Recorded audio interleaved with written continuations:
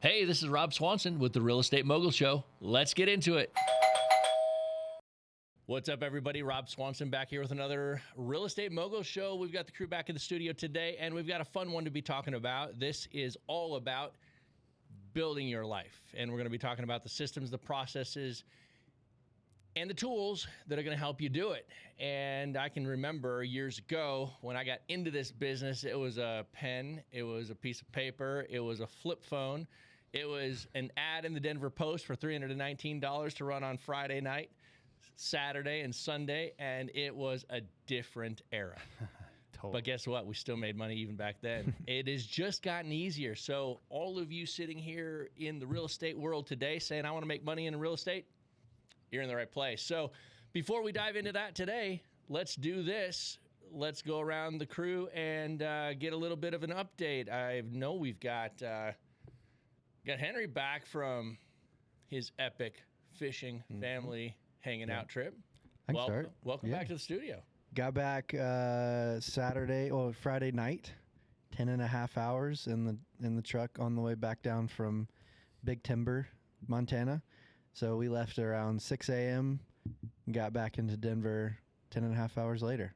And Nice. then everyone flew out the next morning. So yeah, it was seven-ish days of adventuring up in beautiful Wyoming, Montana, for fly fishing and family fun. So I like it. yeah, it was a blast. I like it. So here's a side note question. The success that you've been having in real estate, did that ever come up while you were there? It actually did. My father-in-law actually has been listening to our podcast. Okay. Shout out, Pops. Hey. I like it. And funny story, he didn't learn about the podcast from me. He actually came across it organically, which was really cool. What? Being that we've talked about real estate, he knows what I've been doing, and he's very he's interested in a lot of things, so he researches. Yeah. And I think that formulated an algorithm through his YouTube, I guess, or on Instagram, and you came up. And ironically, he said, I was scrolling through something one day and I saw you on a podcast. You didn't tell me you were on a podcast. And I was like, I didn't tell a lot of people I was on a podcast. But yeah, so he's his plan up until the trip was to get to the current episode. And he was like 3 episodes off, so he was almost there. But yeah, so that came up a bit, and then he had already told my parents over dinner, so my mom has been listening and stuff like that. So Yeah. it was funny. Yeah. I like It's amazing. Well, that's cool. The reason I you're ask, famous. well, here's the reason I ask. You know, it's not necessarily as much the parents, but the peers, right? I just take it from my experience. You know, my brothers-in-laws and sisters-in-laws and families, and you know, it's funny how I can have authority to teach people all across the country in all 50 states in every major metropolitan area in the country, and they listen. But then you get your family right next to you, the people that you'll help the most, you know, and bend over backwards with, and like show them, here's how I did it, and you can do it too. Yeah. And they just don't listen. Well, it was funny because the last car ride on the way back to Denver, the brother-in-laws got in my truck. So the whole trip, it hadn't been that combination. It was like my dad and one of them, or my father-in-law would be there, and they just kept switching around. But it was never just the brother-in-laws, and we did pretty much the whole trip back together, and that was really fun to get some quality time with them because I rarely see them. But they're 30 and 26, and both of them are in tremendous equity positions in Charlotte, North Carolina, with their original primary resident purchases that they made in like the last 5 or 6 years. And so on your remark, they were asking me like, hey, what should we do? What should we do? Yeah. And I mean, that got into some really cool conversations about the potential that they could be using that equity to go into their next and their next and their next. And that was really interesting to try to help them out in that way. Yeah. Yeah. I like it. I like it. Well, very cool. We'll have to do a show sometime on the risks of having equity, because having equity is awesome. Risk of equity. Yeah. The risk of having equity. I thought you were going to Is say we should do a show on how to get family members to listen. No, that's on them, man. That's totally on them. Here's what I've learned. We did for 9 years. We did an event called the Build Your Business Boot Camp, and it was a 3-day event that our promise was you could walk in with no business on a Thursday morning, and you would walk out on a Saturday afternoon with a thriving, growing, operating business. And on day two, and that's there's a lot to do that and make that happen. And so people would come in and they would love me the first half day, because it's like we would come in and we would get right to business and they would see results in the first 4 or 5 hours. And by the middle of the second day, I was driving them to success. I was driving them and they were getting tired and it was hard. And I had this shirt that I used to wear on the second day. And it was, I can teach it to you, I can't understand it for you. And it would offend some people. But by the third day, when we kind of gave them a little bit of rest, we gave them a little bit of refreshment, we got them to the place where, okay, that third day isn't as hard as the second day, and we get to step back and we get to observe and see success happening, and more progress made in a day and a half than what has been made in the last year and a half. People are like, okay. And so I came back into their likable graces. Anyway. Full circle. Yeah, full circle. Long story short, I have learned that you can't force somebody to want freedom. They have to want it. And if they want it, it's available. If they don't, that's okay. Yep. I guess that's okay. All right, who else we got? Mike, back in the studio. What's up? Yep. I don't have quite as much room over here as I did last week, but Henry, it's good to have you back. Am I too close to you? Edgar sat with me last time, the entire time, which is kind of crazy. So I just found out yesterday that I'm running a challenge next week, so that was fun. So I'm looking forward to that. Who told you that? Because I don't even know if I told you that yet. No, you didn't. I found out when it hit my calendar. Oh, yeah. Hey. And then I messaged Sam and said, systems are working then. Said, you shouldn't have done so well. And I said, am I correct in assuming that I'm running the challenge next week? Anyway, so that was good. So I'm looking forward to that. And then, so our son has been taking drum lessons for a while now. Nice. And you guys here at the office have seen video Cam playing, and he's got a knack for drums. Well, we're on drum teacher number 2. Drum teacher number 1 moved to Maine, right? That didn't work. Anyway, he passed us off to drum teacher number 2, and they were both drummers at the church we go to. Well, new drummer Sean also plays bass, really competent on the bass.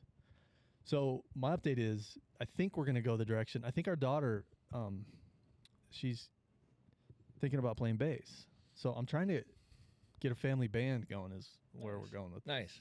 This. You'll be lead vocals? Nope. Nope. You'd be the lead guitar. Guitar. Yep. Cam on the drums.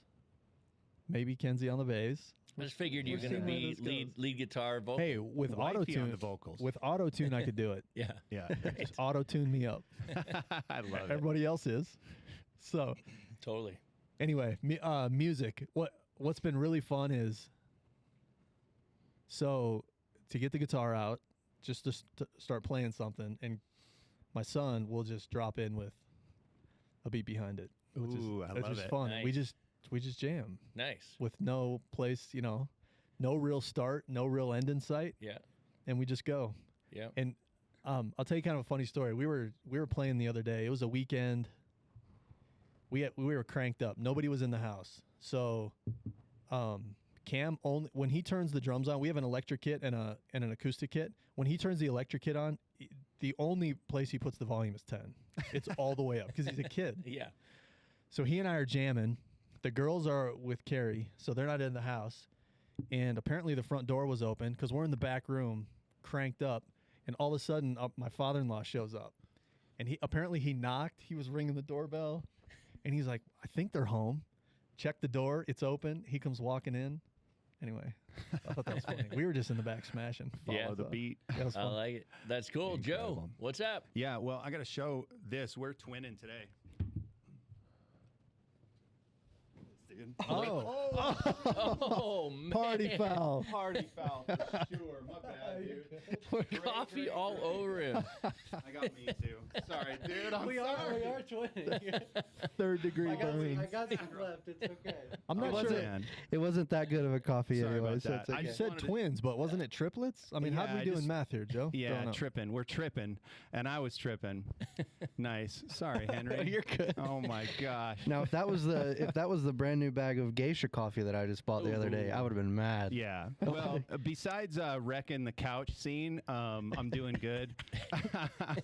Next week, Mike's doing a challenge, and I'm leaving to California at the end of the week. So I'll be out there for a month, hanging out with family, friends, a couple birthdays to celebrate. 3 birthdays, 2 daughters and myself. So, Cool. yep. I Incredible.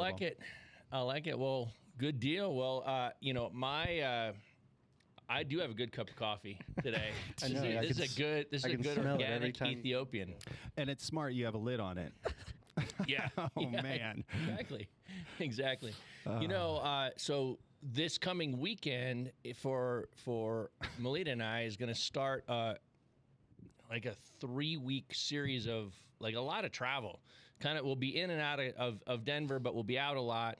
We're gonna be back in northern Minnesota to see her parents for this coming weekend, and then we're gonna be down in St. Louis for a mastermind that we are a part of, and then we're gonna be from there. I don't recall if we're coming home or if we're going down to Florida for an industry event that I'm at and speaking at, and then. From there, I don't know. We've got other places that we're supposed to be, but I can't remember all of them. And the cool thing is we're going to be taking the plane all around. So How many flight hours are you going to put on? a lot fewer than had I had Right. the original airplane, just because it goes that much faster. Right. Going back to northern Minnesota this weekend, it'll take us 2.5 hours to get there. Beautiful. From Denver to northern And it used to Minnesota. take 4. Used to take four-ish, 4.5. right? Yeah. Wow. So it'll Yeah. take 2.5, 2 hours and 45 minutes, something like that. How fast will it take you to get to the Jackson Airport now? Jackson, Wyoming. Yeah. We could be there in 90 minutes. Let's talk. Oh yeah. Heck Serious? Yeah. It was 2.5 hours, 2 hours and 45 minutes in the Mooney J model. So in the rocket, it'll. Oh, so you flew into be- Jackson before? Yeah. That's Yeah. about as pretty as an airport gets. Yeah, it's beautiful. It's it's fun because it's kind of like flying into Steamboat Springs, Okay. Colorado, because you've got to go up high over the pass. So into Steamboat, you're over Rabbit Ears Pass, and then you kind of chop it and drop it down to the runway, and you have to do the similar thing going into Jackson. You got to go up over the peaks, and then you kind of drop it down into that big valley on the other side. So very similar. Is it Feel. bumpy coming into Jackson with the air? Or no? It wasn't. When Really? I've only flown in there one time. Okay. So, who knows? But anyway, that we'll have some aviation travel updates, and who knows? I might throw the GoPros. I got a really nice cockpit audio, video, ATC setup that I'll probably throw on the plane and bring a little bit of that to the mix. So. Anyway, gentlemen, let's jump into this because we start this show kind of with life updates all the time, and the goal and the purpose of that is, just kind of demonstrating and talking about the things that real estate and the real estate industry can build for us in our life, and. Because at the end of the day, when you talk to most people, you ask them, why do you want to get into real estate? And the answer for most people is I want to make more money. And that's a very shallow, thin layer of the true answer, because below that, there's something else. Because making more money is just a tool that allows you to do other things and to do things with people and to do things, and so money is the surface layer. Money is the tool. Money builds and creates opportunity. And then from opportunity, you build relationships. And from relationships, you have this freedom and you have this life by design. which we talk about a lot. And, you know, for 30 years, I guess back to, you know, my early 20s, I was thinking about how do I build the life that I want? And, you know, different stages that takes on different looks, as we've talked about here on the show. And, you know, if you think about, if you always are looking towards your destination and where you want to go and are building towards that strategically, most people that make the decision that they want to get there can get there. But there is work involved. So we're going to dive into that here today. How do we make the work involved less burdensome? And, you know, today is a show that gets a little bit more into maybe some of the operational discussions or the organizational discussions of real estate investing. Because I remember back in the day when I was getting into the industry and first into the business, we didn't have software. We didn't have technology. We didn't have tools. We had flip phones. We had an email address at juno.com. Wow. Yeah. Does anybody remember that?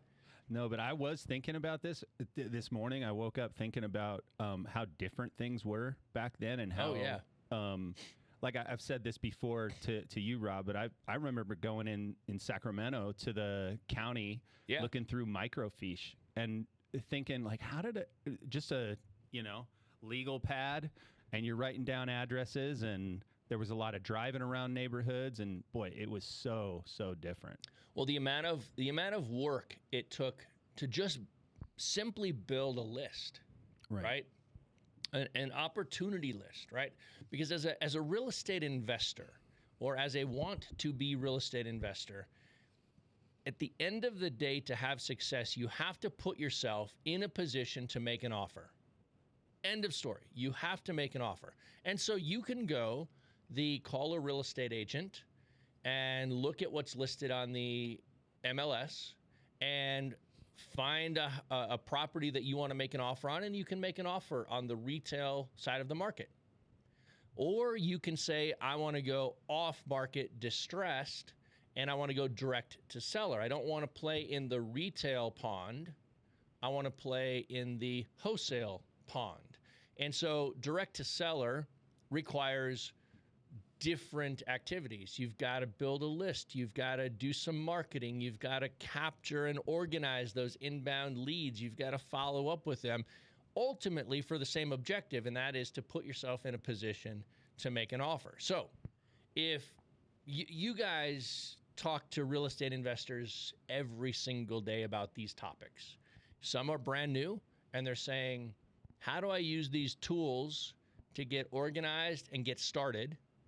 And others are saying, how do I use these tools? I have a team, I have a business, it's operating. How do I keep on top of it and optimize my results? So kind of two different things. If I were to toss it to you guys and just share a little bit about what you guys hear talking to real estate investors on a daily basis, what are the things around this topic that come to mind? So first off, the need for a system, right? If you're only going to target 10 prospects or leads, pen and paper will work fine. Yep. But that's not going to cut it. That's just not going to work. So and what I find is, so Rob, you naturally think systems, the engineer in you, but a lot of, some of society is wired that way, but a lot of society isn't. And so people aren't thinking, hey, I want to get into real estate, or even experienced investors.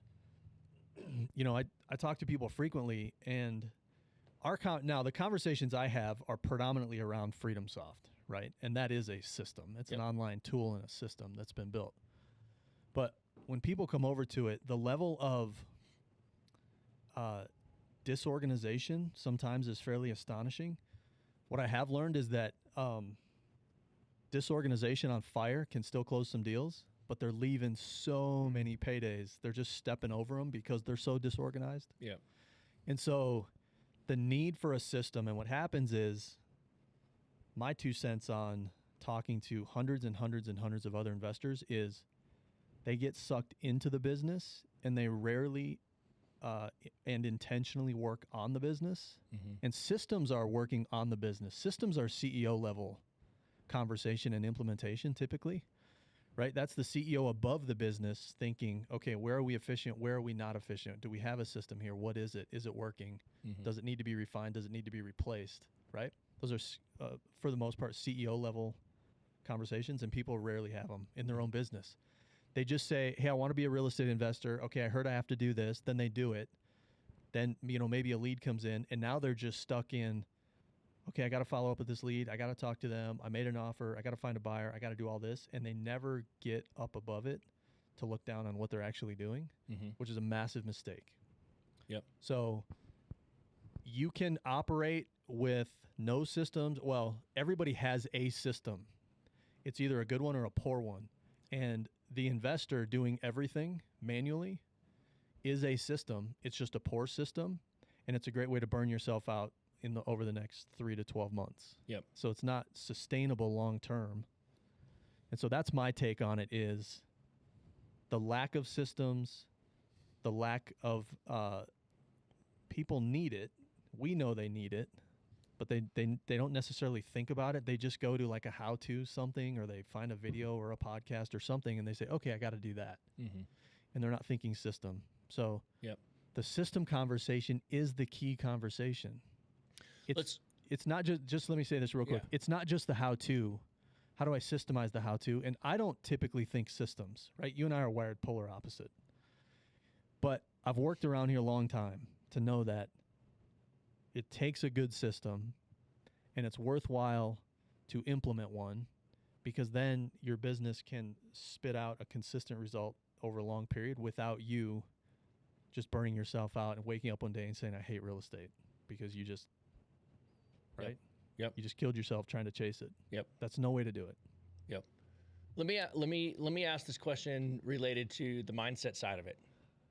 And what I mean by this is the mindset related to the value of systems. So you made the comment and said that some people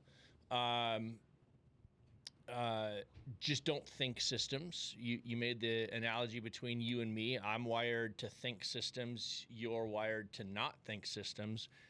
Let me ask this question. Can being wired to think systems be taught, or is it just what you are? I think it can be taught. Yeah. But what I've noticed, anything can be learned. So I would not say that it cannot be taught. But I have to intentionally think, what's the system going to be here? And remind myself, and I think you just automatically go to, what's the system? Here's where I'm at, here's where I want to go. What's the system behind it? So it can absolutely be learned. Or in the case of, again, the conversations I'm having are around FreedomSoft, systems can be acquired. They don't necessarily, here's what I can tell you. Building systems is way more challenging typically than just operating a system. The building of it is what takes a lot of thought. Yep. And a lot of input. And in most cases, to build an effective system, like say for real estate investors, you have to have experience as real estate investors to know, what does an investor even need? Right. If I'm brand new to this, I don't even know what my system needs to do. Yeah. Right. Well, here I can say this. The analogy between you and me, you thinking not systems, me thinking naturally systems, I was not always this way. I did not start my entrepreneurial career thinking systems. I have kind of a black and white, zeros and ones engineer brain, but just because I think sort of black and white doesn't mean that I was good at building, seeing, or thinking systems. But what I have learned over the years, and the reason I think that way today, is because I've taught myself that every time I hit a roadblock or a stopping point in growth, it was generally because the systems had fallen apart at the scale of the operation at which we were trying to operate at or go to the next level. And so I began to see that, it was the system that had to come into play to offset the shortcoming of the human or the lack of organization or the lack of system. And so I only say that to say what you see today, and you've been around me for a long time, but what you see today and how my brain thinks system, it's because I know that every time I'm in a problem-solving mode, I will shortcut the solution if I just solve it with process and I don't solve it with greater system, because people will bottleneck. So people are part of the system, but what is the system that people can follow that's replicatable, duplicatable, and scalable? I have a thing that I say all the time: simple system scale. And what that means is, when I think about business, I want to keep it simple, build a system, and then let it scale. And so I want to keep it simple. I like simple business, right? Things that get overly complicated, I don't want to say that I avoid them, but I like simple, because simple is you can wrap your hands around it. Now, so many people look at the businesses that I'm involved in and they say, well, that's not a simple business. Well, if you break it down to its most fundamental parts, most businesses are relatively simple. There are some logistics things, and there are some manufacturing things, and there are, some chemistry things that get very complicated down into the weeds. But go up a level or two, right? You got to sell the thing, you got to deliver the thing, and you got to get paid for the thing, right? There's three sort of big picture components to this thing. So simple system scale, build a system so that you, or keep it simple so that you and or someone else can do it. Simple means they can do it. Build a system so that you or someone else will do it. If there's a system, somebody will step into and operate that system, and then get out of the way and let the system scale the business.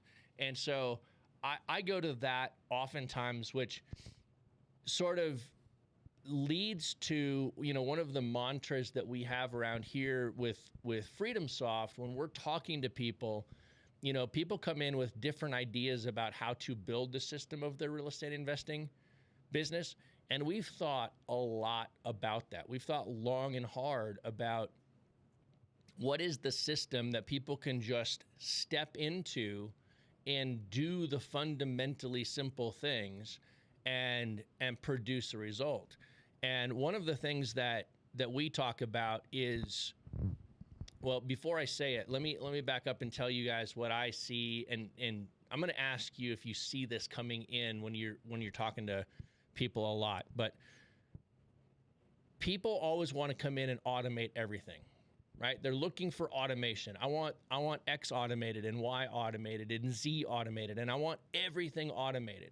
And as their team grows, or as they go on vacation and then come back a week later, or as they hire a virtual assistant, guess who gets scared to push a button inside the CRM?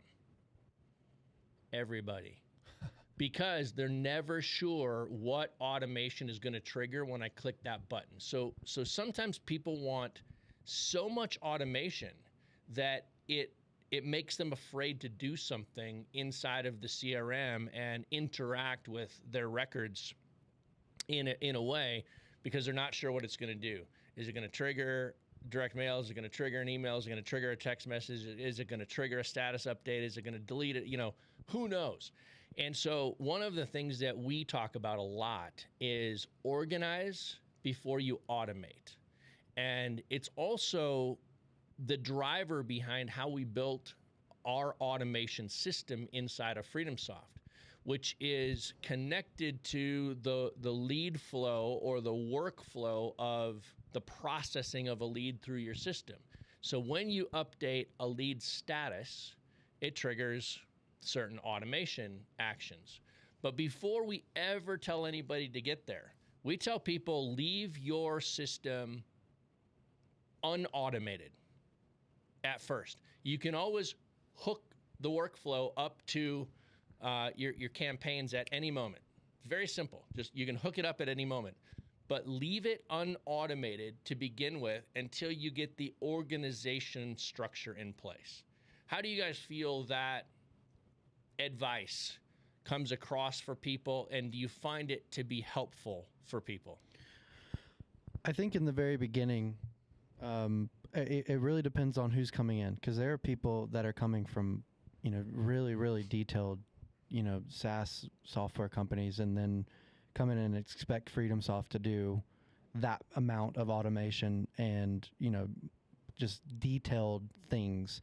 And I think we've done a really good job at it can. Which it can. That was my point. I think we've done a really good job at making it holistically simple, but also giving those people the opportunity to get really deep in the tech. And for those people, like, they understand it like that, and they copy everything and they get it to exactly the point that they want it to. But then for a lot of people that really are either just getting started or, running 1-2 campaigns, I think we kind of teach it the way that you just said it, is what, we've made FreedomSoft out of the box, meaning if you just follow the flow in which FreedomSoft was designed to, you'll be in a far more organized position than you were prior. So yeah, I agree with what you're saying as far as you don't have to upload a list, start a campaign, and then just start flipping 50 statuses, because, what we find is people get a little bit too far in the weeds. Yep. And then after that, that's when you get a little scared in the system, and then, you don't want to use it anymore, something like that. Well, one of the things that I think people have a challenge with, and this is sort of one of the fundamental design components around FreedomSoft, is people start to think about and try to remember every lead or every record or every conversation or every human person, every name, every address, and they want something uniquely customized to that individual address, which can certainly be done with merge fields and the way that communication happens. But if you step up one bucket, one layer, records or leads really live in buckets. And if you treat those records, like the outcome, the objective of every lead in FreedomSoft is to make them an offer. Like, that's the objective, right? And so if you start to organize and bundle group your records together in these status groups, and then you apply workflow and you apply automation to those status groups, i.e. your active leads, or i.e. your warm follow-up leads, or your contact attempt 3 leads, right? They live, masses of records live in these status identified buckets. Yeah, and I train it like those are cohorts of people that share the same scenario in common, and that's how I say it Totally out loud to people. And that's what I was saying, that FreedomSoft's done a good job at giving an out of the box experience to where if you go and just go crazy with PPC or Facebook ads and you generate 100 leads right now, you have statuses or scenarios, that I call them, to bucket these people, so that if you have a team or a week later, if you had to go on vacation and you came back, you would know exactly what you need to do today when you log in if you use those bucketed scenarios. And I think where people get down in the weeds is they're like, oh, well, this guy could get into this little semi scenario, so let me make this automation for this and this and that. And then now those 100 leads are all over the place. And now when you log in a week later, you have no idea what you want to do. Right. Yeah, that's exactly right. That's why our mantra is organize before you automate, because once people wrap their head around the organizational buckets and structure, then the automation and the individualization that technology can bring to follow up and communication and the interactions with a record become pretty powerful. And that's that's something that I think people just miss a little bit. They miss the holistic, like 30,000 foot view of what is happening with the CRM. And, you know, we've had to think about that, right? We have been forced to think about that 30,000 foot view in order to design a system that works, because everybody runs their business a little bit different, right? Everybody has a little bit different status buckets that they want to call out. Everybody has a little bit different automations that they want to happen to those cohorts of people. And so we had to think about structurally the organization, and then the flexibility for anybody, no matter what their business operations are, to step in and be able to customize the ready to run out of the box system to fit their business. And I know you guys do a lot of work with FreedomSoft customers, you know, on that side, you know, the newer investor that's coming in and saying, I know I need a system. I either want to get started with a system, or I've hit that first plateau where I know I've got to bring systems in to continue to grow. Like, those people, for the most part, come in and run out of the box. Yeah, and I think that that's the best move for them, because, you know, a lot of intro real estate investors, you know, they'll go and subscribe to a program. And, you know, my program today is land investing. And they told me that a really fast way to generate leads is to go and build this list and send letters, send offers, or even cold call. Yep. But then after they do that, they're consistently working through that Excel spreadsheet, opening it up. And I've seen people's desktop, and there are lists of spreadsheets. Yep. Lists of spreadsheets, and then just receiving phone calls on their cell phone. Yep. But what about after that? After, you know, that person, like Mike said, maybe gets a deal, right? Yep.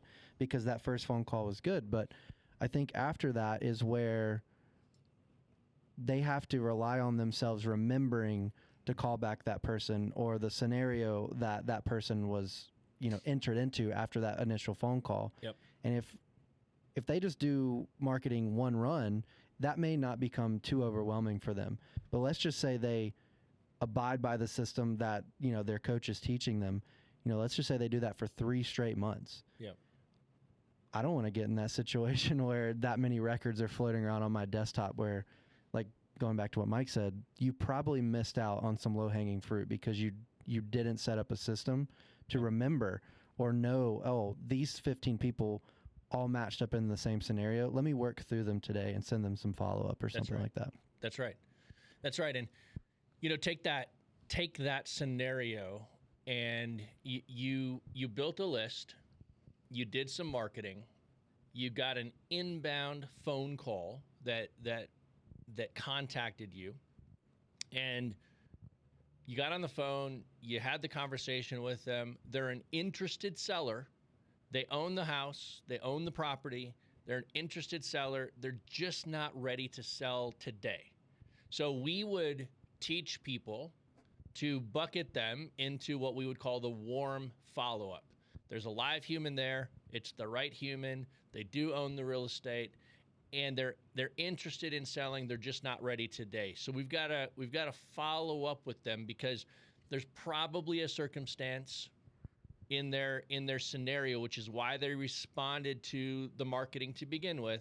There's probably a circumstance that may get better, and they may become, you know, an uninterested seller, but it may get worse, and they may raise their hand again. And so it's the email follow-up, the text follow-up, even the direct mail follow-up that can be automatically triggered with a status update from a new lead to warm follow-up. All of a sudden can set in motion this drip campaign using multiple different types of touch points to make sure that, okay, I did my work today. I had the conversation. We know that we've got the connection. We've built the rapport. I update the status in FreedomSoft to warm follow-up. It triggers the automation follow-up sequences, and now I don't have to think about it. At the base level of that as well is, even if you didn't have any of that automation set up, like, the accountability that a system gives you just by bucketing those people into Correct. a shared scenario. Right. Like if your plan is to do 1 to 3 deals a month and you want to scale that up from there, let's just say you want to do two every 3 months. Yep. I mean, the amount of prospects and records that you will be digging through to get to that, even just that. Yep. I don't understand. I wouldn't teach anyone to try to hold themselves personally accountable to keeping up with all that on their own. Nope. Especially if just at 2 deals a month. Yep. Exactly. Yeah. It's hard. So, you know, I think about like this scenario is depending on the type of marketing you're doing, right? So let's say you're doing direct mail and or you're cold calling. Okay, so 2 different scenarios. One is for the guy or the gal who says, I'm a full-time real estate investor. That person has maybe more time to do more physically required, like present work. Whereas the guy who or gal who is a part-time real estate investor may say, you know what, I need to focus on direct mail because it's a relatively passive way for me to get into the conversations with people that have a high potential to go somewhere, like to get a deal out of this. Whereas the full-time guy says, hey, I'm going to do direct mail because that's the passive piece, but I'm also going to cold call. And so let's talk about those 2 things. I send direct mail, somebody responds. I've now got an inbound lead captured in my campaign in FreedomSoft, right? And so I call them back. I didn't answer it live. I was on the other phone. I didn't answer it live. I got their voicemail. FreedomSoft captured the call, and I call them back, and I don't get a hold of them. So they were a new lead coming in. I call them. I don't get a hold of them. What do? Update the lead status to contact attempt 1. I tried to get a hold of them 1 time. And so we take people, we teach to do contact attempt 1, 2, 3, contact them once. If you don't get them, contact attempt 2. If you don't get them, contact attempt 3. If you still don't get them, now you're into cold follow-up. What cold follow-up is you had a lead generated, but you've never been able to reach somebody. And cold follow-up just drops into a follow-up sequence because you know somebody initiated an inbound, but you've never been able to get them on the phone. As opposed to new lead, contact attempt 1, 2, 3, and at one point you do get somebody, they are an interested seller, they're the correct person, but they're not ready to sell today. That would drop into warm follow-up. So you've got these 2 paths from new lead into your follow-up buckets. And so your entire CRM cold follow-up bucket is people who have initiated response to you, but you were never able to reach them. The entire bucket of warm follow-up is you got the right person, they're there on the other line somewhere, they own the real estate, they just weren't ready to sell today, even though they're interested in selling. And so that's the thing that, you know, is part of the system, is how do you process these buckets of people? Because at the end of the day, what you want to get to is you want to get to an active lead. That's somebody who is the right person. You are talking to them. They are an interested seller. They do own the real estate, and they're ready to sell today. So you're in the making an offer process. You want things to drop into that active lead bucket. And this is where, as we teach it, people go from the bigger buckets, right? Your list, and then your follow-up buckets into your active lead bucket. And your active lead bucket is where you're going to then make your offers. And you're going to make an offer, and that active lead bucket is now going to get isolated out. In the old days, we used to throw it up on the whiteboard, right? We'd literally write an address up on the whiteboard. And today, we click under contract. We update the lead status to under contract, and it pushes it forward in FreedomSoft from your leads dashboard onto your properties dashboard. Now you've isolated from a lead status cohort, a bucket of like individual properties to an individual property on your dashboard. Now we're dealing with that one. Yeah. And this is what I love about FreedomSoft is because, the way that you and I do FreedomSoft is very similar. I take up the main bucket, which is where the leads initially landed because of the marketing that you did to them. What caused them to say, hey, over here, right? Yep. So let's just say that's called PPC nationwide or Denver Facebook or Denver direct mail, right? Yep. So let's just say each of those buckets are 10 apiece, Yep. right? So how you and I use it is I initially go into that bucket and then work those 10 people within that bucket, Yep. update the statuses from there. And now I'm in the individual status cohorts. Yep. And then I'm done with that marketing right now. Let's move over to Facebook. Let's move over to PPC. Let's work those because it's just me. Yep. But where a lot of our users come in with a team is they look at it even top down from there. It's like, we just understand that it's not 10, 10, 10. We have 30 leads that need to get worked today. So we're just going to, that is my bucket. But this is where it's cool is because from there, if you say, okay, you're working 30 leads, they're all new. From there, someone's job is to work it from new to this scenario. And I have 5 statuses that they're going to be working through. Yep. And then when the new status goes to the 6th status or whatever that may be, that can assign it to someone, assign them a task, and now it's the next slot on that whiteboard that you're talking about. Exactly. And it really just depends on how down in the weeds you want to get. You don't have to, you can literally work out of that bucket of 30 people. We just know that they got generated because of some marketing, and then it can transition over to, your transaction coordinator, your dispo, your this, your that, right? Yep. And that's why I love FreedomSoft is it can be worked exactly how we do it, or you can come in with your own idea of how you want the system to work, and it will bend. Yeah. And what I find is as people's businesses grow, right? When you first get started, you don't care about tracking your marketing budget, right? You don't even know that that's a thing that you want to do. And so you build a list and you've got your starting list, and then maybe you're going to do 3 different kinds of marketing.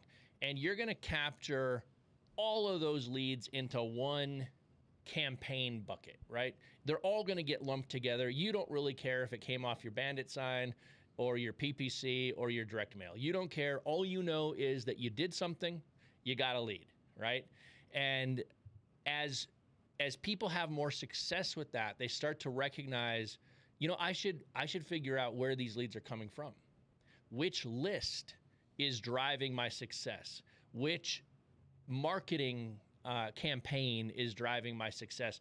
And so people start to say, well, how do I go from this sort of all grouped together operation? How do I start to separate it out without creating cumbersome, complicated tracking? Yeah. And that's where FreedomSoft, I think, shines, because you can easily start to separate your lists and your marketing campaigns and your results. And you can see on a lead record, what list did it come from? How many touches did we put on it?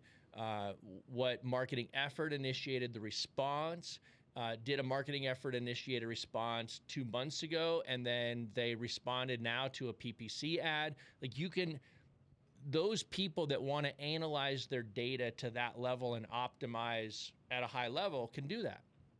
And that starts to be pretty cool when you can start simple, and then I don't want to say get complicated, but you can get granular, I think would be the better word. You can go granular to really tell yourself what's happening in your business as it's necessary. Yeah, I think it's funny that, a lot of people that I train, they know coming in because they've listened to content or that I'm a big direct mailer, right? Yep. And they always ask the $1 million question, what's the exact amount on the list that you have to send, and what's your exact amount of spend per month? And, there's no golden ticket here as far as the answer, but I know my stats when it comes to that. I know what's allowed me to produce. Yep. And the reason why I know that is because I do bucket it out in FreedomSoft, and I know all my markets spend versus how many leads got generated and how many lists were built for that. Yep. And that's the capabilities of FreedomSoft if you want to get to that point. Yeah. Well, I think it would be interesting for people to hear that breakdown. I don't know if you have that off the top of your head, but what I was going to suggest is we should carry this conversation into the next show, because I know we all have things that we've got to go do outside of the studio right now. Yeah. So we should end this show here, but we should pick this up in sort of a round 2 and keep it going next. And what would be really interesting is to break down some of those numbers, Henry, if you have them off the top of your head, just so people can hear, okay, you know, what size list do I get? Do I have to build? How often do I have to mail them? How many records do I mail? What does that cost me? What does it cost to generate a lead? And then what does it cost to generate a contract? And then what does it cost to generate a closed deal? So there's 3 things, right, that numbers that real estate investors should be thinking about: cost to generate a lead, cost to generate a contract, and cost to generate a deal, so a closed profit. And then when you know that cost per deal and you know your average profit per deal, now you can see what your margin is down to a granular level, and that allows you to invest your budget towards success. So I would love to dive into some of those numbers going forward. Guys, as we wrap up round 1 of the Organize Before You Automate conversation, anything to add? You have to at least be a part-time CEO. You can't just be in the weeds every day. Yep. Or you will very soon be doing something else. Yep. And I'm glad you said be a part-time CEO and not be a part-time administrative, receptionist or administrative assistant. Nothing wrong with those roles, but the thinking at a CEO level is about results orientation. Like, you've got to get produce the result. Whereas on the administrative side, you're thinking about, am I dotting every I and crossing every T? Right. And Tasks you're thinking instead of tasks versus systems. Big picture, future. Exactly. So, I'm glad you said that, guys. Let's do this. Let's wrap this one, and we'll dive into round 2 of the Organize Before You Automate conversation in the next show. So, if you guys like this content, do us a favor: subscribe here on YouTube, ring that bell for notifications, and share it on your favorite podcast player. Let your friends and family know about this, and we'll continue to keep bringing you some fun content. All right, guys, that's a wrap. For the Real Estate Mogul Show, I'm Rob Swanson. Cheers.